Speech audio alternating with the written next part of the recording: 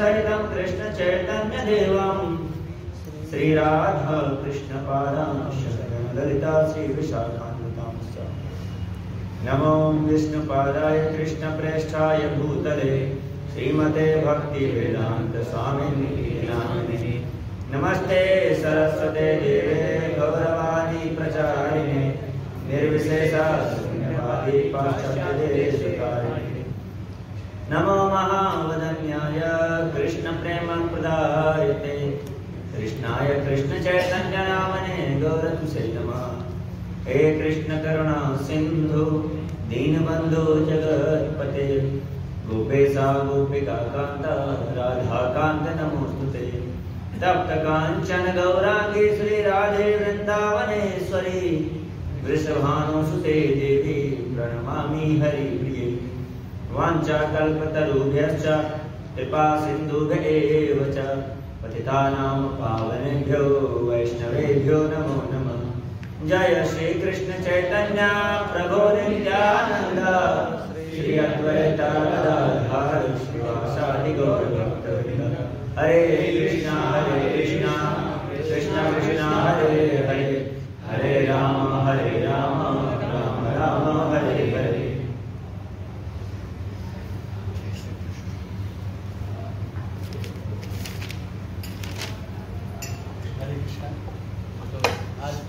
सभी लोगों का बहुत सौभाग्य है कि हम लोगों को प्रभु जी के श्रीमुख से सुनने को मिलेगा। तो आप लोगों में से किन लोगों का परिचय है प्रभु जी से, मतलब आप जानते हैं प्रभु जी के बारे में? फिर भी मैं प्रभु जी को एक छोटा सा इंट्रोडक्शन देने का प्रयास करूँगा। प्रभु जी NIT TG से BTech हैं और यहाँ वाराणसी में जो लीडिंग कोचिंग सेंटर है CATG, उसमें केमिस्ट्री विभाग में HOD और फैकल्टी मेंबर। और साथ ही साथ प्रभु जी का गाइडेंस मुझे हमेशा मिला है मेरे भक्ति के जीवन में। प्रभु जी का प्रभुपाद जी के साहित्यों से बहुत ही गहन निष्ठा है और वो भक्ति के सिद्धांतों को प्रेजेंट करने में बहुत ही निपुण है। तो प्रभु जी की छत्रछाया मुझे हमेशा प्राप्त हो और बहुत ही सौभाग्य का दिन है कि आज हम प्रभु जी की श्रीमुख से सुनने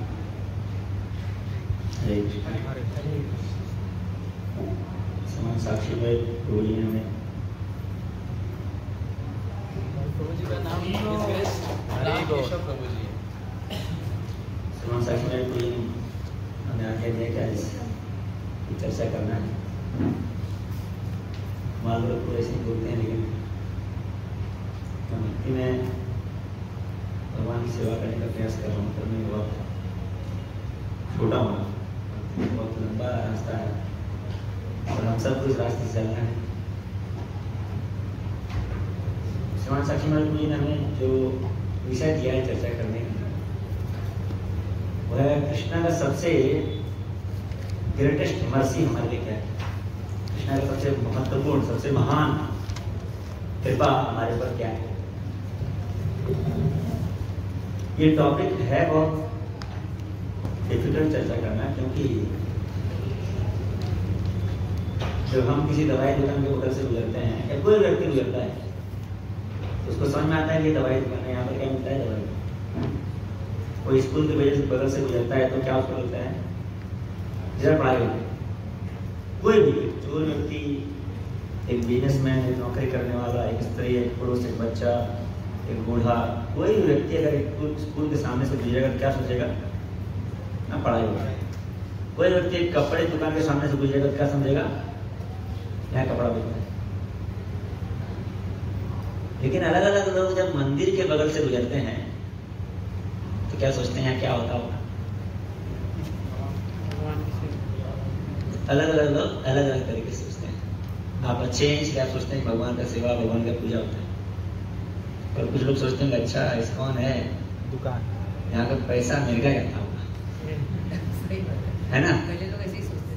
बिल्कुल, हम मेरे जुड़े तो हम भी यही सोचते थे। बिल्कुल सही बात है। कुछ लोग बिल्कुल एकदम सही बोले। कोई लोग सोचते हैं अच्छा यहाँ पर तो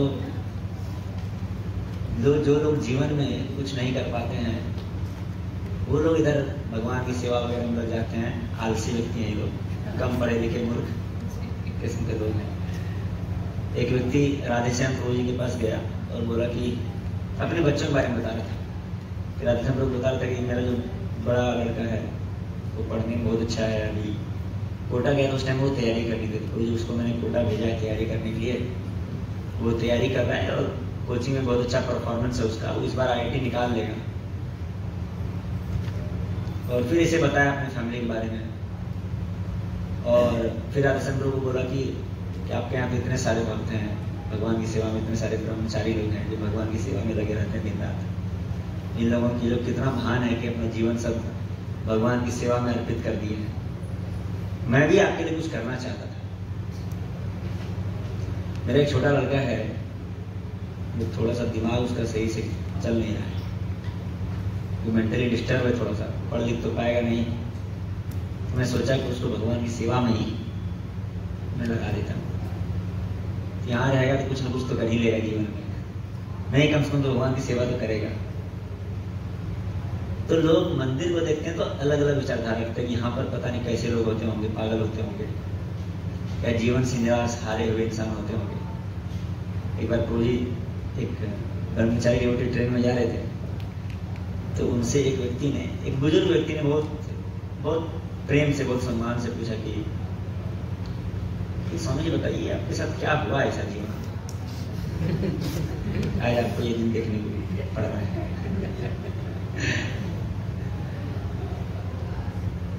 तो सब लोग अलग अलग विचारधारा रखते हैं मंदिर के प्रति, है ना।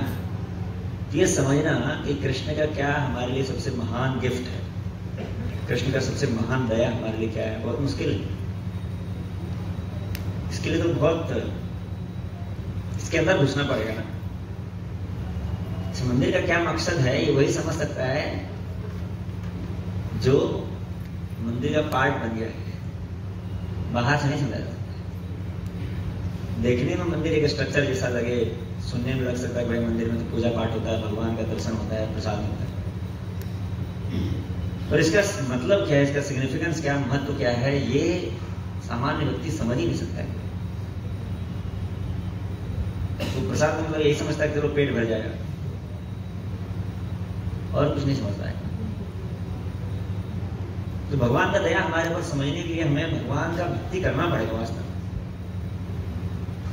जैसे रसगुल्ला है, आप किसी व्यक्ति को बता दीजिए रसगुल्ला के बारे में, पूरा डिस्क्राइब कर दीजिए कि चीन में लोग रसगुल्ला नहीं खाते, तो मान लीजिए चीनी व्यक्ति है, उसको रसगुल्ला के बारे में बता दीजिए कि रसगुल्ला व्हाइट कलर का होता है, स्पॉन्ज जैसा होता है, उसके अंदर रस भरा होता है, बहुत मीठा होता है, गोल गोल होता है। उसको एकदम रसगुल्ला के बारे में जितना अच्छे से बताना बता दीजिए। क्या अच्छा उसको रसगुल्ला फिर दिखा भी दीजिए, ये है रसगुल्ला। क्या रसगुल्ला देखने से उसके मुंह में लार आएगा? और जो व्यक्ति रसगुल्ला खाया है जीवन में, उसको मत बताइए रसगुल्ला कैसा होता है, गोल होता है, उजला होता है, कैसा होता है, कुछ मत बताइए, बस उसके सामने रख दीजिए, वो समझ जाएगा ये इसका टेस्ट कैसा है। तो रसगुल्ला बस समझने के उसको खाना ही पड़ेगा,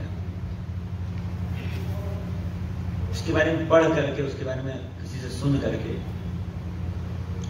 उसके फॉर्म के बारे में जान जाएंगे, अच्छा उजला होता है, इतना ग्राम वजन होता है, रेट सब समझ जाएंगे, पर उसका जो एक्चुअल स्वाद होता है, रसगुल्ला का एक्चुअल चीज जो है उसका व्हाइट कलर होना है, या उसका स्पॉन्ज जैसा होना है, या उसके अंदर रस भरा होना है, या उसका स्वाद है, उसका स्वाद बिना खाए नहीं मिल सकता। कोई भक्ति का एक्चुअल मतलब धोती कुर्ता पहनना, तिलक पहनना, तिलक लगाना, प्रवचन सुनना, कथा करना, माला करना, मंदिर में भगवान का दर्शन लेना, ये तो देखने में भक्ति ऐसा लगता होगा। ये फॉर्म, ये रसगुल्ला जैसा है जो दिख रहा है, भक्ति एक्चुअली क्या है ये वही बता सकता है जो भक्ति कर रहा है। तो भगवान का वास्तविक मर्सी, दया हमारे ऊपर क्या है, ये वही बता सकता है जो भगवान का दया प्राप्त कर रहा है। तो भगवान का दया प्राप्त करने के लिए हमें भगवान की भक्ति करनी है। भगवान की भक्ति के कई सारे अंग हैं। भगवान भगवद गीता में बताते हैं, मन मना भव मद भक्तो माद्याजी माम नमस्कुरु। मन मना भव मद भक्तो, मन मना, भगवान बोलते हैं पहला स्टेज बताते हैं कि भक्ति का हाईएस्ट स्टेज क्या है। भक्ति करते करते आदमी कैसा बन जाता है। मन मना मतलब हमेशा अपने मन में मेरे बारे में सोचता है, कृष्ण के बारे में सोचता है। जो व्यक्ति जिस चीज की भक्ति करता है ना, उसके मन में वही ख्याल आता है। हम अपने मन के ख्यालों से जान सकते हैं कि हम किस चीज का भक्ति करते हैं। जो व्यक्ति पैसे की भक्ति करता है, आप देखेंगे हर कुछ में उसको बिजनेस दिखाई देता है।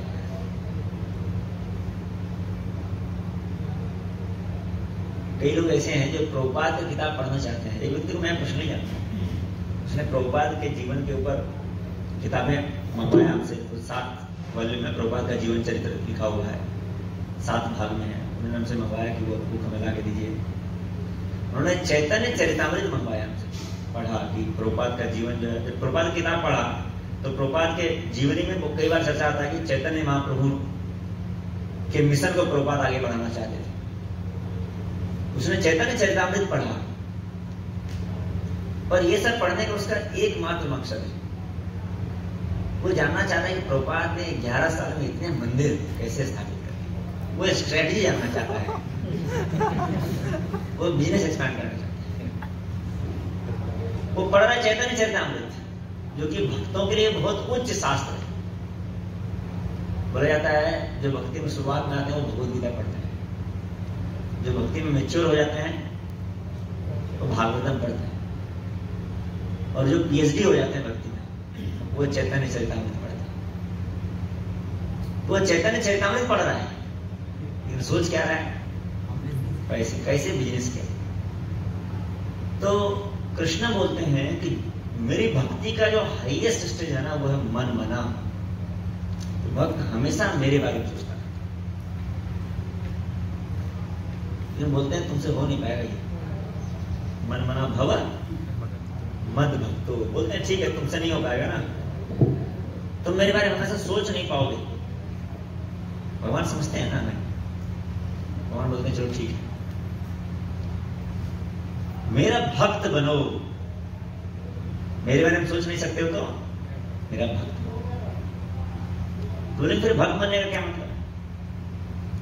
तो जो मेरे बारे में सोचते रहते हैं ना हमेशा, उनका अनुसरण करो, यह भक्ति। जैसे यशोदा मैया, वो मन मना है, मतलब हमेशा कृष्ण के बारे में। वो गाय का दूध निकाल के सोचती है कि कृष्ण को इससे क्या बना के खिलाएंगे। वो कोई भी काम करती है ना, किसके बारे में सोचती है? कृष्ण के बारे में सोचती है। जो गोप सखा है कृष्ण के, जो दोस्त हैं वृंदावन में, वो कुछ भी करते हैं ना, उनके घर में कुछ खाना बन रहा होता है कि आज ये गाय चराने जाएंगे तो ये खाना लेकर के जाएंगे। वो ये नहीं सोचते हैं कि आज मम्मी ने मेरे लिए क्या बनाया, वो ये सोचते हैं कि आज ये खाना ले जाकर के मैं कृष्ण को खिलाऊंगा तो कृष्ण को कैसा लगेगा। वृंदावन के लोग हमेशा कुछ भी देखते हैं ना, ये सोचते हैं कि कृष्ण को ये कैसा लगेगा। वो रास्ते में चल रहे हैं, देखे कि आम का ठेला लगा हुआ है, वो देखे ये नहीं सोचते हैं आम, चलो देखते हैं कैसा है, आम का जूस पिया जाए। वो देखते हैं इतना सुंदर आम, सोचते हैं कृष्ण को खिलाते तो मजा आया। वह मन मना। मद भक्तो मतलब जो लोग वैसा कर रहे हैं ना, तुम उसका अनुसरण तो करो। तुम्हारे मन में ये भावना नहीं आ रही कि ये आम है, कृष्ण को खिलाते तो कितना अच्छा लगता है। तुम्हारे मन में आ रहा है कि आम है, खुद खा ले तो कैसा अच्छा लगता है। तो कोई बात नहीं, तुम आम खरीद लो, हमें भोग लगा दो, उसके बाद तुम खुद ही खा लेना, हम ऐसे नहीं खाएंगे, चिंता मत करो। लोग बोलते हैं ना कि भगवान भोग खाते तो है नहीं, भोग लगा क्या फायदा, खाने लगेंगे तब तो और भी भोग नहीं लगेगा। भगवान बोलते हैं वो लोग जो कर रहे हैं ना, वो लोग हमेशा अपने मन में मेरे बारे में सोच करके करते हैं। तुम्हारे मन में मेरे बारे में कोई भावना नहीं है, कोई बात नहीं, तुम कम से कम करो वैसा। प्रभुपाद जी थे, वो जब चैंटिंग करते थे तो भगवान का नाम लेते थे और भगवान को स्मरण करते थे। तो तुम कोई बात नहीं, तुम कुछ भी स्मरण करो, चैंटिंग तो करो। मन में तुम्हारे बहुत सारी बातें आ सकती हैं, हाँ उसको लाने का प्रयास करो, लेकिन महत्वपूर्ण क्या है? चैंटिंग करो। तो मद भक्तो, मेरा भक्त बनो। फिर बोलते हैं कि ये भी इतना आसान नहीं है। भक्तों के जीवन को देख करके उसका अनुसरण करना भी इतना आसान। फिर बोलते हैं ये भी नहीं कर सकते हो ना, मांद्या जी मां, मेरी पूजा करो। चलो, वो लोग हमें प्रेम से भोग लगा खिला रहे हैं, तुम भोग नहीं खिला सकते हो। वो लोग हमें ड्रेस पहना रहे हैं, तुम ड्रेस नहीं पहन सकते हो। तुम पूजा पाठ करो, तुम माला तो कर सकते हो, माला उठाओ, माला करो। भगवान बोलते हैं ये भी नहीं कर सकते। मात्या जी मां, मेरी पूजा भी नहीं कर सकते। नमस्कुरु, मंदिर आओ, सर झुकाओ, प्रणाम तो करो। तो हमें कौन सा क्या करना चाहिए बताइए? हमारे लिए कृष्णा कौन कर रहे हैं बताइए? हमें निचले लेवल से स्टार्ट करना चाहिए और उधर ही रुक नहीं जाना चाहिए। अगर उधर ही रुकने का होता तो कृष्णा एक ही बात बताते। क्यों कृष्णा युद्ध भूमि में बता रहे थे ना भगवद गीता, तो एक आध दो वर्ड भी एक्स्ट्रा बोलेंगे तो टाइम एक्स्ट्रा खर्चा हो रहा है ना। वहां पर इतने सारे सैनिक इकट्ठा हुए हैं, कब कोई बांध छोड़ दे। तो बहुत टेंस सिचुएशन है ना। वहां पर एक एक बात जो कृष्णा बोल रहे हैं वो फालतू का नहीं बोल रहे हैं। चलो एक्स्ट्रा बता ही देते हैं, कुछ जानकारी इसके पास भी रहेगा। कृष्णा जो बता रहे वो हमारे लिए है, तो हमें निचले स्तर से स्टार्ट करके आगे बढ़ने का प्रयास करना चाहिए। सबसे पहले क्या है? प्रणाम, फिर नाम।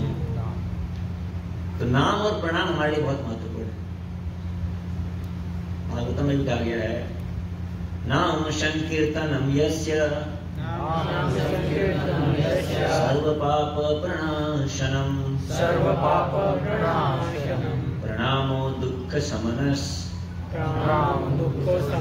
नमामि हरिं परम।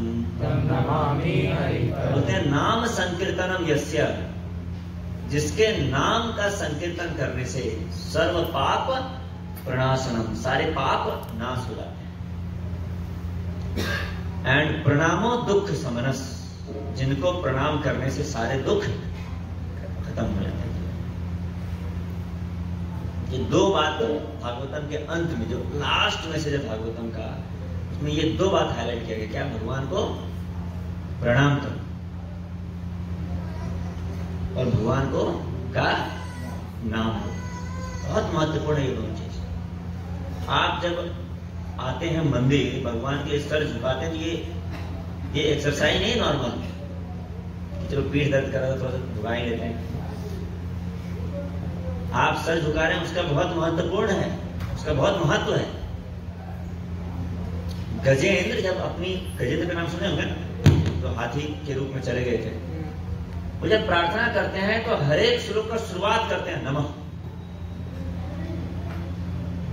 नमः कैवल्य पते। हर एक श्लोक का शुरुआत वो नमः से करते हैं। हर एक प्रार्थना की शुरुआत नमः, कि भगवान मैं आपको प्रणाम करता हूं। प्रणाम करना इतना आसान नहीं है। कोई भगवान को झुक के प्रणाम कर रहा है, ये भी बहुत मुश्किल काम है। एक व्यक्ति को मैं कानपुर मंदिर ले गए थे, मेरे रिश्तेदार, तो वो फाइनली इतने लोग प्रणाम कर रहे थे, पर वो झुक करके दंडवत नहीं किए।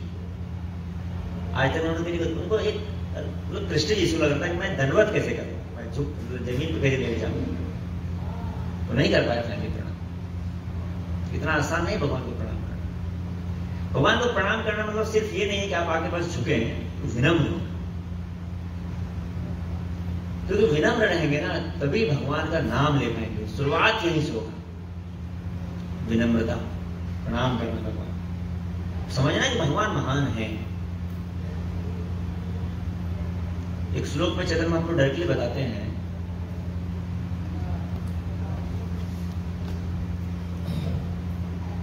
अमानी न मान देना कीर्तनीय सदा। मुझे कैसे स्टार्ट होता है उसको? तृणादपि सुनीचेन तरोर अपि सहिष्णुता। तृणादपि सुनीचेन मतलब बोलते हैं कि अगर कोई व्यक्ति तृण मतलब गिरे हुए तिनके के समान विनम्र होगा, तरोर एवं सहिष्णुता, बहुत सहिष्णुता है उसके अंदर, पेड़ पौधों के जैसा उसके अंदर सहनशीलता है। किसी की बातों का बुरा नहीं मानता है, किसी की बातों को रिएक्ट नहीं करता है। तृणादपि, खास कर तिनके जैसा वो अपने आप को विनम्र बना लिया। अमानिना, किसी से कोई मान की इच्छा नहीं करता है। मान देना, दूसरों का हमेशा आदर करता है। कीर्तन या सदारी, वही व्यक्ति नित्य प्रतिदिन भगवान का नाम ले सकता है। अगर कोई ये भाव अपने अंदर नहीं लाया तो भगवान का नाम ले नहीं पाएगा। तो विनम्रता, भगवान को प्रणाम करना है मतलब विनम्र बनना है।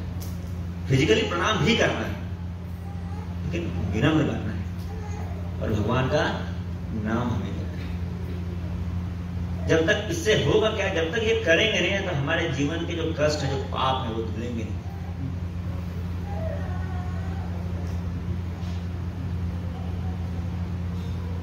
भगवान भगवद गीता में बताते हैं कि नेहा विक्रमणा सुस्ते प्रत्यावायो न दिखते थे। ये जो हमारे जीवन के पाप है ना, जो दुख है, कष्ट है, यही हमको डराते हैं। हमारे जीवन में जो एंजाइटी है ना, जो चिंता है हमारे जीवन में, ये एंजाइटी सिर्फ आज के लिए नहीं है। ऐसा नहीं कि आज हमने कुछ किया उसके चलते हमारे जीवन में ये चिंताएं हैं। जो आज हर व्यक्ति चिंतित है, हर व्यक्ति स्ट्रेस में, यही चिंता सब खत्म करना चाहते हैं ना। और ये चिंता जो है ना, ये हमारे कई सारे जन्मों के कर्मों का फल है। इसलिए हमारे जीवन में इतनी सारी घटनाएं घट रही। इसको खत्म करना इतना आसान नहीं है। व्यक्ति अपने बल पर इसको खत्म नहीं कर सकता, इसको झेल भी नहीं सकता।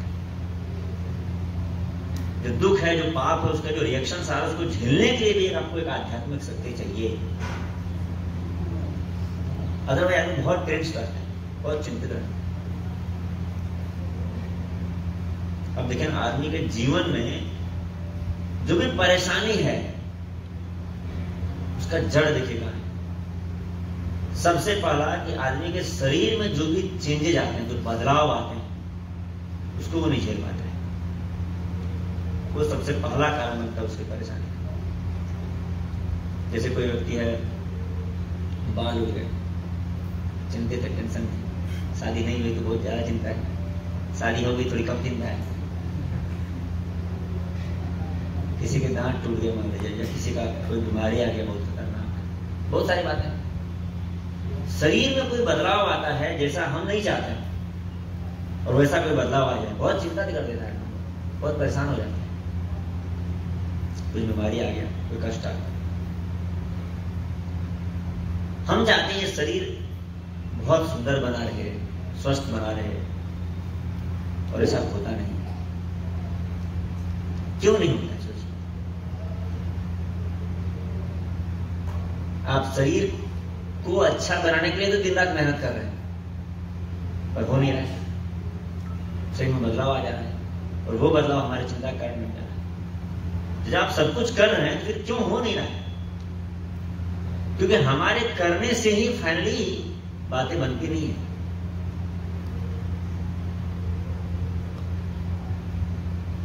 आप देखेंगे, एक ही घर में तीन चार बच्चे मान लीजिए, और सबको लगभग सेम खाना, सेम परवरिश, सेम वातावरण मिल रहा है।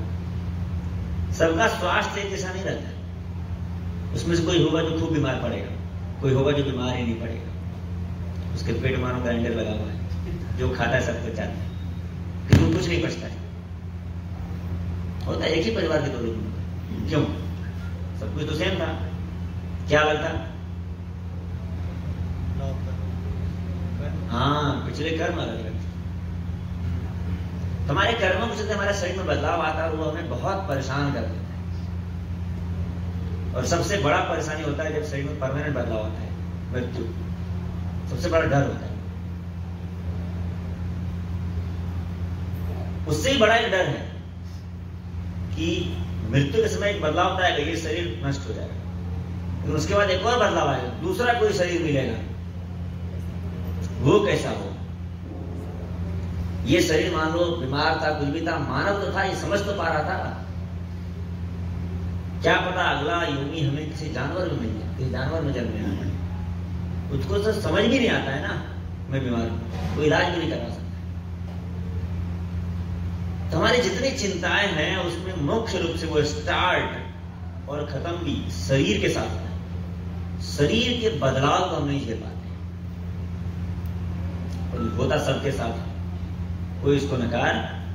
तो सोचना भी तो चाहिए एक बार कि आखिर क्यों पूरा दुनिया इसी के पड़ा हुआ है। शरीर स्वस्थ रहे, सब कुछ तो इसी को आराम देने के लिए सब कुछ बन रहा है। ऐसा कोई रिसर्च बताइए जो शरीर को कष्ट देना चाहता है। कुछ रिसर्च और कोई नया प्रोडक्ट आया जो आपके शरीर को बहुत कष्ट देगा, और आदमी उसको खरीद लेते हैं ऑनलाइन डिस्काउंट रेट पर। बताइए, ऐसा कुछ भी नहीं। हम जो भी करते हैं ना, क्यों करते हैं? हाँ, शरीर को आराम देने के लिए। सब कुछ, सारा रिसर्च शरीर को आराम देने के लिए होता है, और करोड़ों रुपए खर्च होता है। एक साइंटिस्ट रिसेंटली रिसर्च किए कि जो साबुन का झाग होता है ना, उनको लगा कि यार झाग जल्दी खत्म हो जाता है, शरीर में ज्यादा देर तक झाग नहीं रहता, तो इससे शरीर को कम आनंद आता है। साबुन का झाग ज्यादा देर तक शरीर पे टिके रहना चाहिए। तो रिसर्च की कि आखिर क्या क्या साबुन में मिलाया जाए उसका झाग ज्यादा देर तक बना रहेगा। तो पता चला कि गाय का जो वो होता है ना, जो गाय के शरीर में जो वसा होता है, वो वसा बहुत मुलायमता प्रदान करता है साबुन। उसको अगर मिलाया जाए साबुन के साथ तो वो झाग ज्यादा देर तक बना रहेगा, और बहुत सॉफ्ट, बहुत मुलायम झाग होगा। इसके लिए उसको करोड़ों फंड मिला।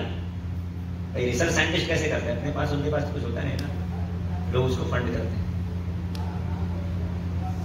आनंद देने की, अपने शरीर को आनंद देने की, अगर दूसरे को कष्ट भी पहुंचाना पड़े तब भी कोई दिक्कत नहीं है। एक से एक नया नया वैरायटी ऑफ मीट मार्केट में बिकता है। नया प्रोडक्ट लॉन्च हो, ये नया इसका स्वाद ऐसा है, इसका स्वाद ऐसा है कि नहीं? क्योंकि अपने शरीर को आनंद देना है। इसके बावजूद सबके जीवन में भयानक कष्ट आ रहा है। आदमी रिसर्च करते करते खत्म हो जाता है, मर जाता है, कहां गया कुछ पता नहीं, है ना? प्रोपर फोर्ड कंपनी के जो ओनर थे, हेनरी फोर्ड, उनके पोते जो डिवोटी हैं, बहुत सुंदर वक्त है, अमरीश को, उनको बोले कि where is your grandfather now? तुम्हारे दादाजी भी कहां हैं, जिन्होंने इतना बड़ा फोर्ड कंपनी का एम्पायर खड़ा किया? कहां है वो आज? उनको पूरा शौक लगे, कहां है वो? इतना कुछ किया उन्होंने, पर आज कहां है पता नहीं। अगर उनके कर्म अच्छे नहीं होंगे तो हो सकता है आज उसी फोर्ड कंपनी में कहीं पर किसी शोरूम के अंदर वो मच्छर बने हुए, कोई कस्टमर आया होगा, बैठे होंगे, वो चिपका दिया होगा, है ना? तो लोगों को सोचना चाहिए ना कि आखिर इसी शरीर के लिए दिन रात मरे जा रहे हैं, और शरीर को सुख मिल नहीं पा रहा। लेकिन लोगों को लगता है कि हम अलग तरीके से ट्राई करेंगे तब सुख मिलेगा। जैसे वेस्टर्न कंट्री है, पश्चिमी देश है, उन्होंने पैसा खूब कमाया, उनको समझ आ कि पैसे में एंजॉयमेंट, पैसे से आनंद नहीं आता। एक कॉलेज में, MIT में एक पोस्टर लगा हुआ था कि वो लोग कुछ आदमी पर रिसर्च करना चाहते थे, तो $4000 पर मंथ देने वाले थे। $4000 मतलब हो गया 3,20,000 बोलिए, है ना? $4,00,000, सॉरी $4,000, 80 के हिसाब से ना, 3,20,000 के आसपास। वो $4,000 देने वाले थे कुछ लोगों को जो आए और 9 बजे लैब के अंदर सो जाए, और वो एकदम गहरी नींद ले। और वो लोग रिसर्च करते कि जब व्यक्ति गहरी नींद में होता है तो उसके ब्रेन में क्या क्या वेव्स वगैरह, तरंगें चलती हैं, तो सपना कहां से आता है, ये सब पे रिसर्च करना चाहते थे। स्वप्न कहां से आता है, ये सब बहुत सारे। और वो पोस्टर लगा, कई लोग गए ऑडिशन वगैरह देते थे, लेकिन वो लोग सेलेक्ट नहीं करते थे क्योंकि लोगों को नींद नहीं आता था। उनको अमेरिका के लोगों को आदत था कि वो 9 बजे उनकी पार्टी शुरू होती थी, तो 9 बजे चले तो जाते थे, लेकिन नींद नहीं आता था। एक भारतीय विद्यार्थी गए थे, उन्होंने देखा मुझे बढ़िया है यार, ये तो पढ़ने लिखने की जरूरत क्या है, सोने का पैसा मिलेगा। तो जब गए ऑडिशन के लिए उनका सिलेक्शन हुआ, वो तो गजब सोच, अभी तो उनको ऐसे ही टेंशन खत्म हो गया जीवन से। एकमात्र टेंशन था कि मैं इधर दूर आया हूँ पढ़ने के लिए, लोन लेकर के, मुझे नौकरी चाहिए। अब इतनी अच्छी नौकरी मिल गई, कितना पढ़ेगा, सारा चिंता मुक्त हो गए, जबरदस्त हो गए। जब पहला उनका दिन कंप्लीट हुआ, सुबह उनको जगा दिया गया 6 बजे, जाओ तुम्हारा काम हुआ, रिसर्च खत्म हो गया। वो सोचे यार कि अच्छा, इतना रिलैक्स थे ना वो, वहां पर सोए, वहां से खुशी में आए, घर में भी 2 घंटे सोए। तो जब अगले दिन सोने गए तो उनको एक आइडिया आया यार कि मैं तो इतना बेवकूफ हूँ, मैं तो 2 घंटा फालतू घर में सो गया, मैं उधर ही सो गया होता, उधर तो घंटा बाद पैसा मिल रहा है ना सोने का। तो हमने क्या बोला कि मैं ओवर टाइम करना चाहता हूँ, इसका कुछ चार्ज मिलेगा क्या? तो इंडियन के साथ है कि इनको लगता है कि पैसा बहुत कमाएंगे तब सुख मिलेगा। वो लोग कमा चुके हैं, उनको लगता है कि पैसा उड़ाएंगे तब सुख मिलेगा। सुख है किसी के जीवन में नहीं। तो ये दुख कैसे खत्म हो? तो क्या भक्ति करने से खत्म हो जाएगा? क्या भक्ति करने से खत्म हो जाएगा? कम हो जाए। शास्त्रों में बोला गया है कि नाम संकीर्तनम यस्य सर्व पाप प्रणाशनम प्रणामो दुख समनस्तम नमामि हरिं। शास्त्र में कहा गया। तो हाँ, खत्म तो हो जाएगा, लेकिन उसमें कृष्णा है ना, उनको कोई चकमा नहीं दे सकता है। कृष्णा बहुत चालाक है। कृष्ण को पता है कि अगर मैं दुख खत्म करने लगूं भक्ति के बदले में, तो बात तुरंत स्प्रेड हो जाएगा ना। लोग समझेंगे वॉशिंग मशीन एक आया है, उसमें घुस जाइए, 2-3 महीने प्रैक्टिस कीजिए भक्ति, सारा पाप साफ हो जाएगा एकदम, उधर से आप स्वच्छ निकलेंगे। फिर 2-3 साल पाप कीजिए, 2-3 महीना वॉशिंग मशीन लगाइए। तो कृष्ण को पता है कि लोग इसका यूज करेंगे। जो लोग भगवान का नाम लेते हैं और भगवान के नाम के बल पर पाप करते हैं, उनको भगवान के नाम का पूर्ण फायदा नहीं मिल पाता है। ऐसा कहा गया शास्त्र में। नाम के बल पर का पाप करना ये भगवान के प्रति एक अपराध करना है, भगवान का नाम बदनाम करना है। जैसे होता है ना, आपने किसी का नाम ले लिया और उसके नाम पर आप, जैसे होता है ना गुंडा लोग करते हैं, कई बार बड़े नेता के नाम पर वसूली करते हैं, फलां साहब के नाम पर। कभी हमारे एरिया में एक व्यक्ति था, वो किसी सरकारी अधिकारी से डोनेशन मांग लिया। डोनेशन मतलब ये मंदिर के लिए जो डोनेशन मांगते वो नहीं। वो बोला कि हम लोग एक रैली करने वाले हैं, तो हमें फंड तो चाहिए ना, तो हम लोग रैली करने वाले, पॉलिटिकल पार्टी से था वो, रैली करने वाले आप लोग दीजिए, तभी तो आप लोग सुरक्षित रहेंगे, संरक्षित रहेंगे इस एरिया में। इधर नौकरी करना है तो डोनेशन देना पड़ेगा। तो पकड़ा गया, उसका ऑडियो उसने वायरल कर दिया सरकारी नौकरी के बारे में। अभी उनके साथ बहुत केस अभी रिसेंटली 2-3 दिन निकाले करता है।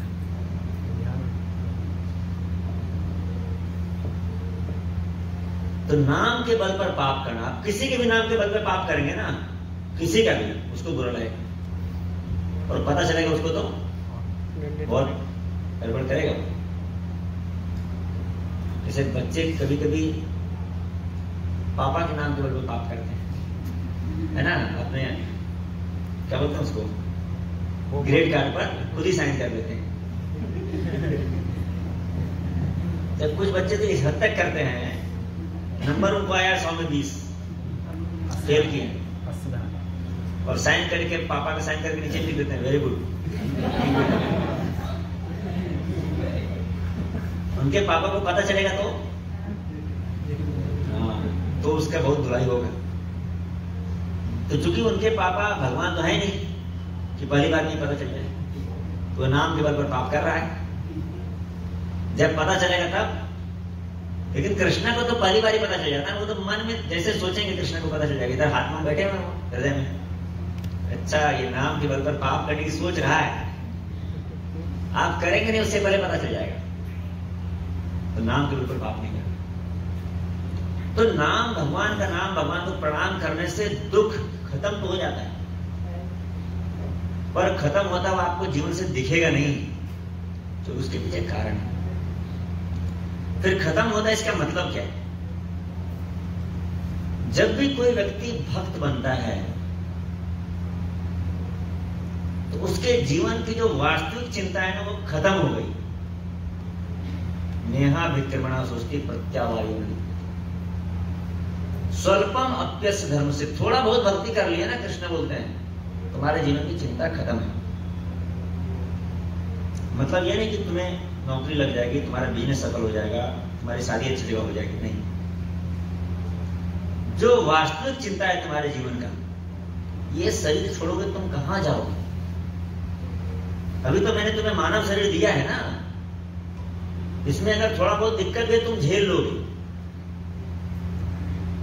या अपने आप में बदलाव कर लोगे, थोड़ा पढ़ लोगे, कुछ बढ़िया काम कर लोगे, मेहनत कर लोगे, तो जीवन के कुछ कष्ट तो ऐसे ही मिट जाते हैं।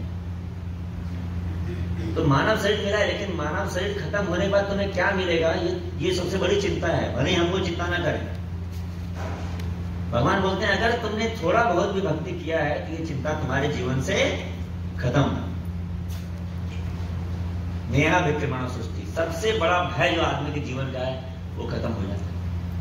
आपने थोड़ा बहुत भी भक्ति किया है, नेक्स्ट लाइफ, अगले जीवन में मानव शरीर मिलना गारंटेड है, कृष्ण बोल रहे।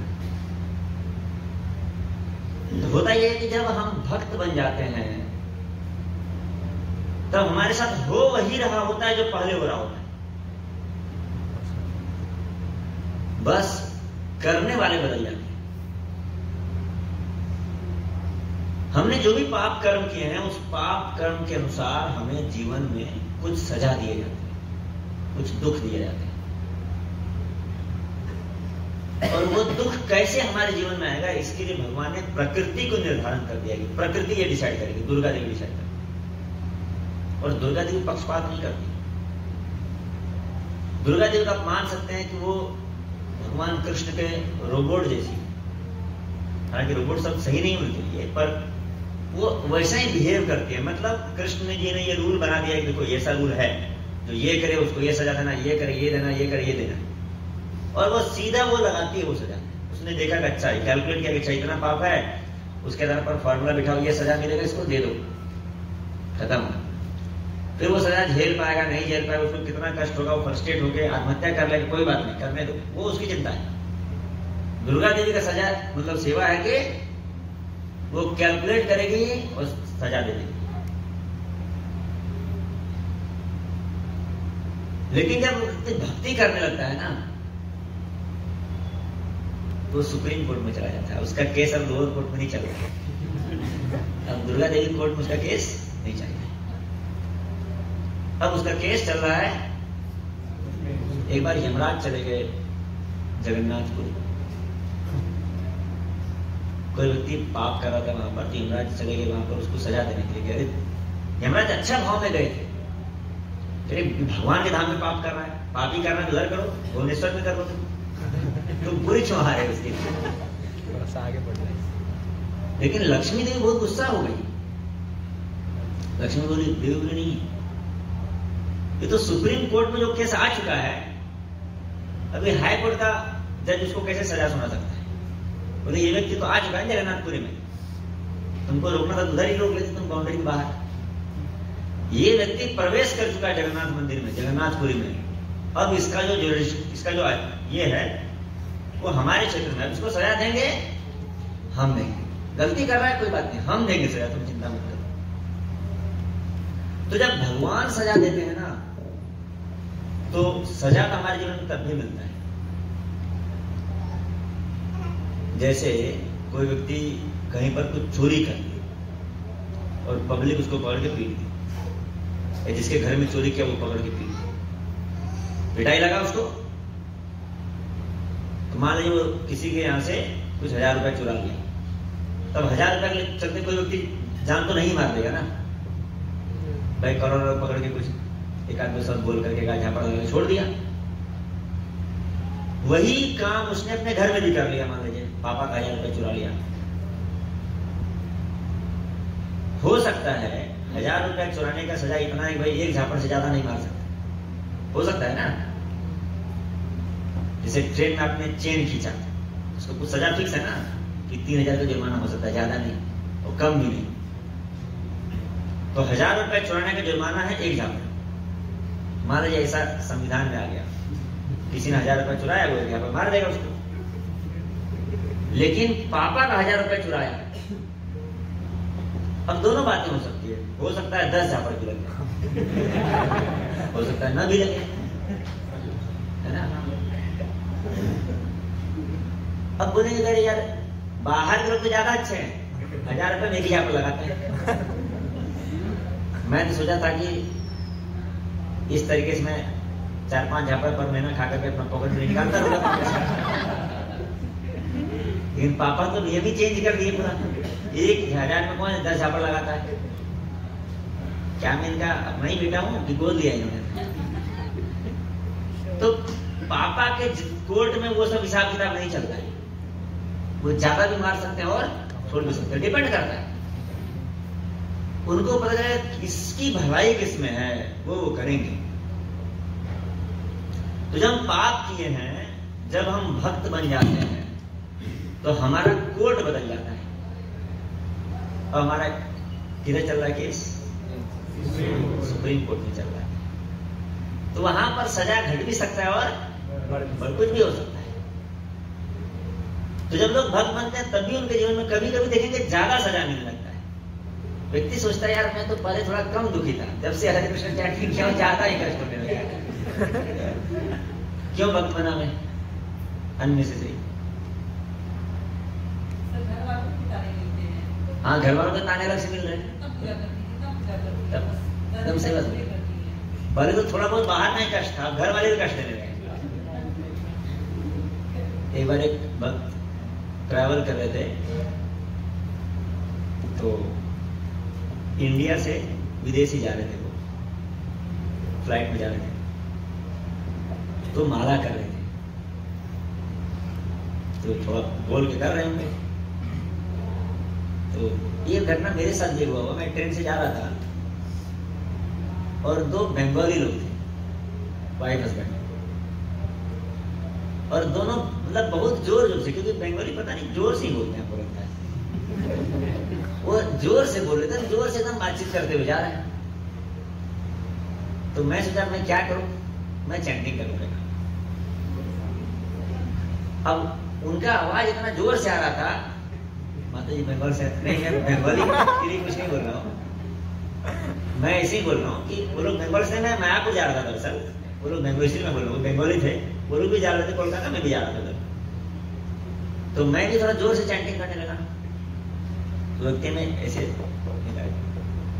बोले इतना जोर से चैंटिंग मत कीजिए, आपको ऐसा नहीं लगता कि लोग डिस्टर्ब हो जाते हैं इससे?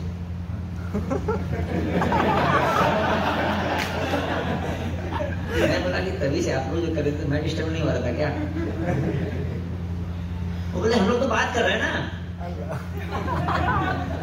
बात कर रहे हैं, क्यों डिस्टर्ब हो गए? मतलब तुम तो कुछ अलग कर रहे हो, बात करने में कोई डिस्टर्ब होता है, ये तो नेचुरल प्रोसेस है भाई, आदमी बात करेगा ही, वरना ट्रेन में क्या करेगा। लेकिन माला कैसे कर सकते हो तुम? भगवान का नाम ले लो, इससे तो डिस्टर्बेंस हो ही जाएगा। तो एक माता जी ट्रेन में थे, एक माता जी थी, वो भक्त को बोली कि थोड़ा धीरे कीजिए, आपका आवाज हम तक पहुंच रहा है, आप अपनी आवाज को अपने तक ही रखिए। तो उन्होंने आवाज धीरे कर लिया। अब क्या हुआ, उसी फ्लाइट में एक और इंडियन था जो पहली बार विदेश जाता था, और उसको पता चला कि फ्लाइट में ना, जो फॉरेन फ्लाइट होता है उसमें शराब भी पिलाते हैं खाने के साथ साथ। तो उसको जब शराब लेके आया, उसको दिया, उसने बोला कितने पैसे इसके लगेंगे? उसमें बताया कि फ्री है तो फ्री है, उसको लगाया नहीं तो अच्छा है। तो उसने जीवन में पहली बार ये फ्री का ऑफर सुना होगा इतना, और खूब मतलब जितना पी सकते थे पी गए।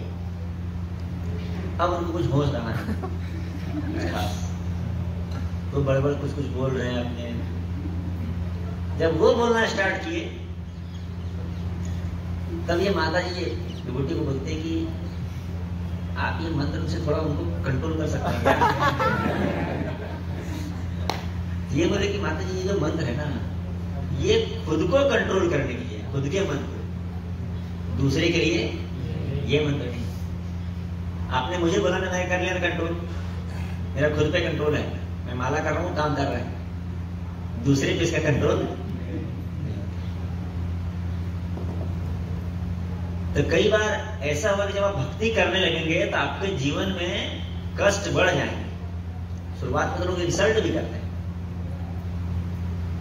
तो हमें लग सकता है कि यार भक्ति में क्यों किया। मैं गया तो था भगवान के मंदिर में जीवन में शांति प्राप्त करने के लिए। जब से मैं मंदिर ज्वाइन किया तब से, पहले तो संडे को मैं सोता था और वीकडेज में तो शांति नहीं मिलती थी, संडे को भी मिलता था कम से कम, अब तो संडे को भी शांति नहीं मिलता है। फोन करके भक्त लोग बार बार बुलाते रहते हैं। वहां गया, सोचा मैं आराम से बैठ के कीर्तन सुनूंगा, भगवान का भजन करूंगा, आंख बंद करके ध्यान लगाऊंगा। ये लोग कीर्तन में भी ताली बजवाते हैं, डांस करवाते हैं, बैठने देते ही नहीं है। एक बार गौरांगपुर की क्लास ले रहे थे और एक व्यक्ति ताली बजा नहीं रहा था बिल्कुल भी। तो गौरांगपुर कई बार उसको इशारा दिया ताली बजाइए, वो नहीं माना। मालूम गौरांगपुर से पूछे ताली क्यों नहीं बजा? बोले स्वामी इतना देर ताली बजाने से हाथ दुखने लगता है। तो भगवान का नाम ही तो है, मैं ध्यान ले रहा था। फिर थोड़ी देर बाद वही व्यक्ति जोर जोर से ताली बजाता था, तंबाकू।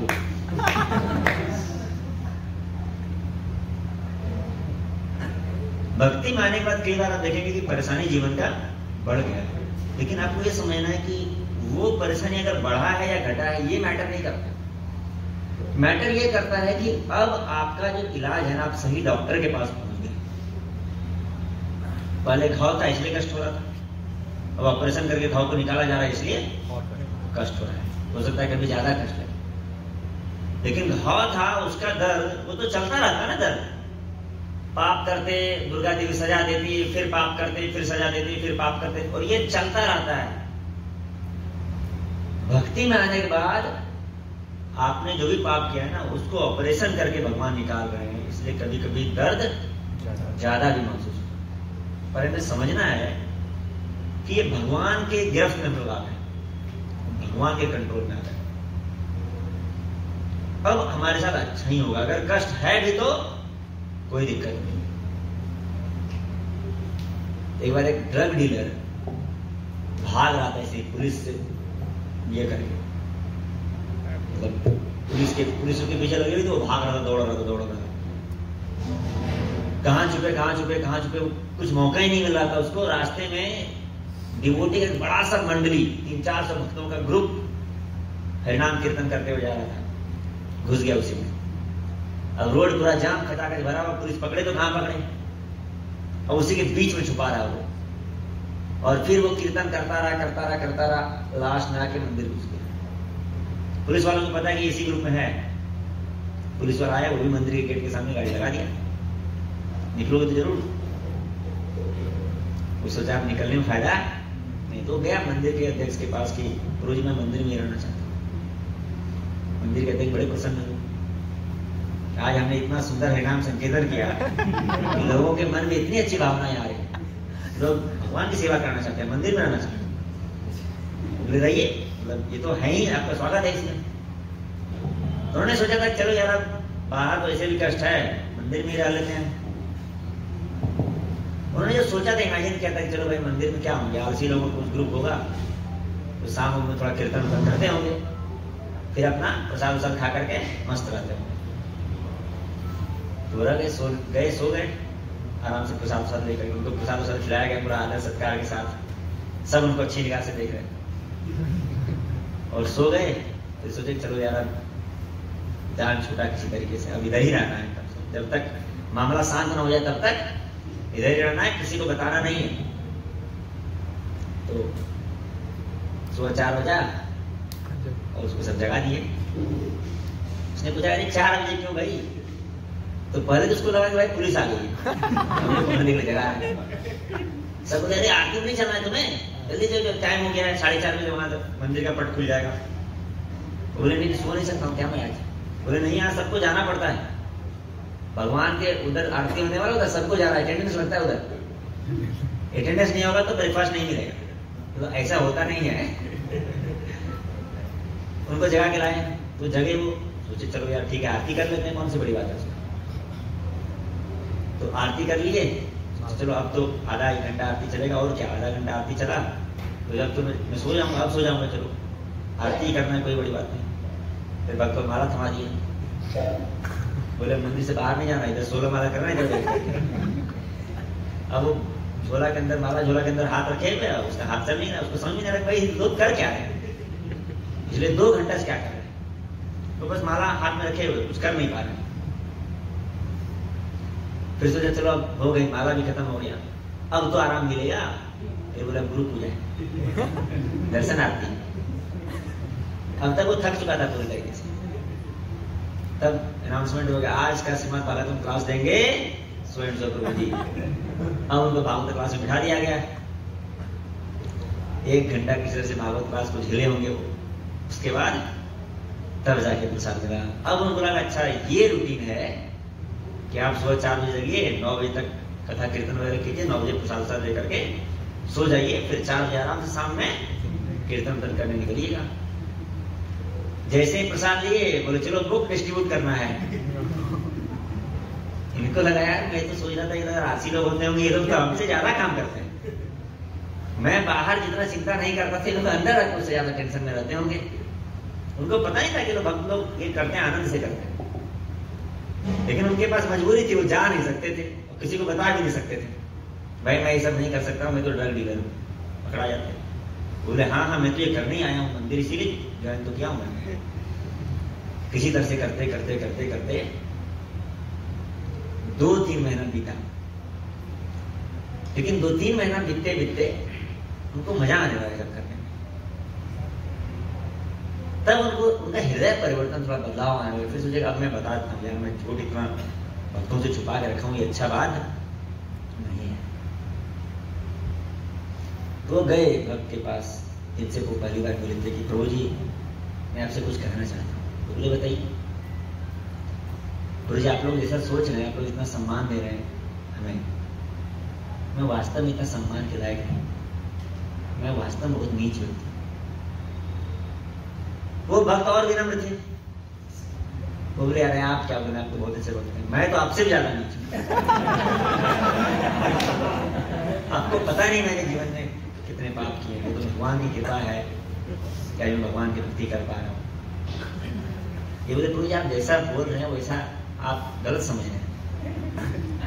ये बोले एक्चुअली आप मेरे बारे में आपको लग रहा है कि मैं इतना अच्छा भक्त हूँ, मंदिर संभालता हूँ, पर अभी भी मेरे मन में गलत भावना है। मैं कोशिश कर रहा हूँ, ऐसा थोड़ी ना होता कि आप 10 साल भक्ति करो तो सारी भावनाएं खत्म हो जाती है। हम अभी मन बना हमारा नहीं है, हम भगवान के बारे में हमेशा नहीं सोच सकते हैं। भक्ति में आए हैं तो हमें वो करना है जो वो लोग करते हैं, पर जरूरी नहीं कि हमारा मन पूरी तरीके से शुद्ध हो चुका हो। तो बोले कि प्रभु जी आप जैसा सोच रहे मेरे मन में, मैं भी वैसा नहीं। ये सोचे यार इनको मैं समझाऊं कैसे।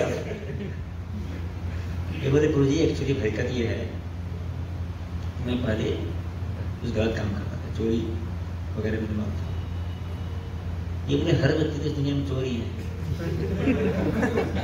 भगवान का दिया हुआ सब कुछ है, तो भगवान से ले लेते हैं, भगवान कुछ वापस। इनको लगा मैं समझाऊं कैसे। फिर इन्होंने एक चिट में लिख करके पूरा बात उनको थमा दिया। प्रभु जी जब आपको मौका मिले आप अपनी विनम्रता का चादर हटा करके पढ़ लीजिएगा इसको। हाँ जब वो पढ़े तो उनको शौक लग गया। फिर वो इनके पास आए और बताया कि आप जो है सरेंडर कर दीजिए, लेकिन आप भक्ति करते रहिए। तो एक सरेंडर कर दिया। और आज वो जेल प्रीचर है, वो जेल में प्रीचिंग करते हैं, उधर ही प्रचार करते हैं। तो जेल में गए तो जेल में सुबह 4 बजे उठ जाते थे, आरती लग गया था ना, 4 बजे उठ जाते थे, स्नान सुन करके आरती करते थे वो। उसके बाद आरती करने के बाद माला करने बैठ जाते थे। जेलर लोग भी परेशान होते थे, ये क्या कर रहा है 8-9 घंटे, ये कर क्या रहा है। और जेल में अगर आप कोई धार्मिक कार्य कर रहे हैं तो आपको उतना समय दिया जाएगा, ये नियम है। आपको धार्मिक कार्य करने से जेल में रोका नहीं जा सकता। अगर आपका कोई ड्यूटी भी है ना, जेल में काम वगैरह करवाते हैं ना, वो तब करवाया जाएगा जब आप फ्री हो जाएंगे इससे। जब तक आप धर्म का काम कर रहे हैं आपको रोका नहीं जाएगा। तो वो लोग परेशान होंगे, यार ये लोग 9 बजे तक ये अपना ही काम करता रहता है, और जब मौका मिले देखो दूसरे को बताता रहता है कुछ ना कुछ, ये दूसरे को भी बिगाड़ रहा है। तो फिर धीरे धीरे उसकी सजा माफ कर दी। और इस बीच में ये भी होता था कि भक्त लोग उनके लिए प्रसाद लेके जाते थे, सब लोगों को प्रसाद खिलाते थे। लास्ट में पुलिस वाले बोल रहे थे कि देखो मैं छोड़ तो रहा हूं तुम्हें, लेकिन बस ये दुख है कि तुम्हें छोड़ दूंगा तो प्रसाद कैसे मिलेगा। तो चिंता मत कीजिए, प्रसाद हम लोग रेगुलर। तो वो डिवोटी जेल इंचार्ज ही बन गए। उस एरिया में जितना जेल था उनको पूरा जेल का पता था ना माहौल अंदर कैसा होता। तो वो हर जेल में जाते थे, उधर प्रसाद लेके आते थे, पुलिस वालों को प्रसाद खिलाते थे, जेल के लोगों को प्रसाद खिलाते थे और सबको प्रवचन करते थे धीरे धीरे। तो ये है भगवान का, देखिए कि उन्होंने भगवान के शरण लिया, तब भी उनके जीवन में मेहनत तो करना ही पड़ा, उनको जेल भी जाना ही पड़ा, है कि नहीं। लेकिन उनसे उनका जीवन परिवर्तित हुआ। अगर वो ऐसे ही जेल गया होता, मान लीजिए, हो सकता है फिर भी 3 महीना में छूट जाता, वो छूट सकता था, पर जीवन परिवर्तित। तो हमारे जीवन में जो कष्ट है, जो दुख है, वो तो रहेंगे, लेकिन अब वो दुख देने वाले कौन है? भगवान स्वयं है। वो देखेंगे कि अच्छा इतना ही दुख देने से इसके अंदर बदलाव आ जाएगा, तो उतना ही दुख देंगे। उनको लगेगा यार इसके कर्मों के अनुसार इसको दुख तो कम ही मिलना चाहिए, लेकिन कम दुख देंगे ना तो ये और गलत करते रहेगा। इसके अंदर बदलाव तब आएगा जब इसको थोड़ा ज्यादा डोज दे दिया जाए, तो भगवान बढ़ा भी देंगे आपके दुख को कभी कभी। इसीलिए हमें जब भक्ति में आ गए तो हमारे जीवन में क्या चल रहा है उसकी बहुत चिंता नहीं करनी चाहिए। हमें बस ये फोकस करना चाहिए हमें भगवान की भक्ति कैसे करना है। उसके अलावा जो होगा वो भगवान पर छोड़ देना चाहिए, भगवान देख लेंगे। हमने इतना दिन देखा ना क्या कुछ क्या कर पाए, ऐसे भी हम अपने जीवन में बहुत कुछ कर नहीं सकते। आईएएस भी तो सुसाइड करते हैं, कहां ला पाते अपने जीवन पर। आप भौतिक रूप से कितने भी महान व्यक्ति बन जाएंगे, पर अपने जीवन का जो गति है, जो कष्ट आना है वो आएगा, उसको बदल नहीं सकते। जीवन की नियति को बदल नहीं सकते। अगला जीवन जहां जाना वहां जाएंगे, बहुत मुश्किल उसको बदलना। उसको भगवान कृष्ण बदल सकते हैं, उनके पास शक्ति है, क्योंकि उसी ने तो हमें ये जीवन दिया है ना। हमारी नियति वही बदल सकते हैं, इसीलिए हमें उसके शरण में जाना चाहिए। उनकी भक्ति करेंगे, उनको प्रणाम करेंगे और उनका नाम लेंगे। ये भगवान का सबसे जो महान हमारे लिए उपहार है, सबसे महान दया है, वो ये है कि हमारे जीवन में कष्ट आएगा, लेकिन भगवान हमारे जीवन के कमान को अपने हाथ में ले लिए। ये सबसे बड़ी बात है। और हमें भगवान से यही प्रार्थना करना चाहिए कि भगवान आज हमारे मन में अच्छी भावना है, आज मैं जब भी मंदिर आए, जब भी भगवान का स्मरण करें, हमेशा प्रार्थना करना चाहिए कि भगवान आज मैं सही रास्ते पर चल रहा हूं, पर पता नहीं कब मेरे मन में कुछ गड़बड़ बात आ जाए। मैं बस आपसे एक प्रार्थना करता हूं कि हमें अपने शरण में रखिए, हमें अपने गिरफ्त में रखिए। कुछ भी हो जाए मेरे जीवन में, कुछ भी कष्ट आ जाए, और आप हृदय से ये प्रार्थना करेंगे ना, तो ये गारंटी के साथ होगी, कृष्ण आपको कभी छोड़ेंगे नहीं। हरि बोल, हरि बोल। आप किसी भक्ति पूछ सकते हैं। मंदिर में आता व्यक्ति अपनी मर्जी से जा नहीं सकता, अपनी मर्जी से। भगवान और उसके जो भक्त हैं वो पकड़ के रख लेते हैं उसको। माफिया जैसा है ये, एक बार इंटर कर गए खुद की मर्जी से निकल नहीं सकते। ठीक है, हरे कृष्ण। श्री प्रभुपाद की जय। ग्रंथराज संत भागवतम की जय। 5 मिनट एक्स्ट्रा लिए, मुझे लग रहा है 10 मिनट। ठीक है।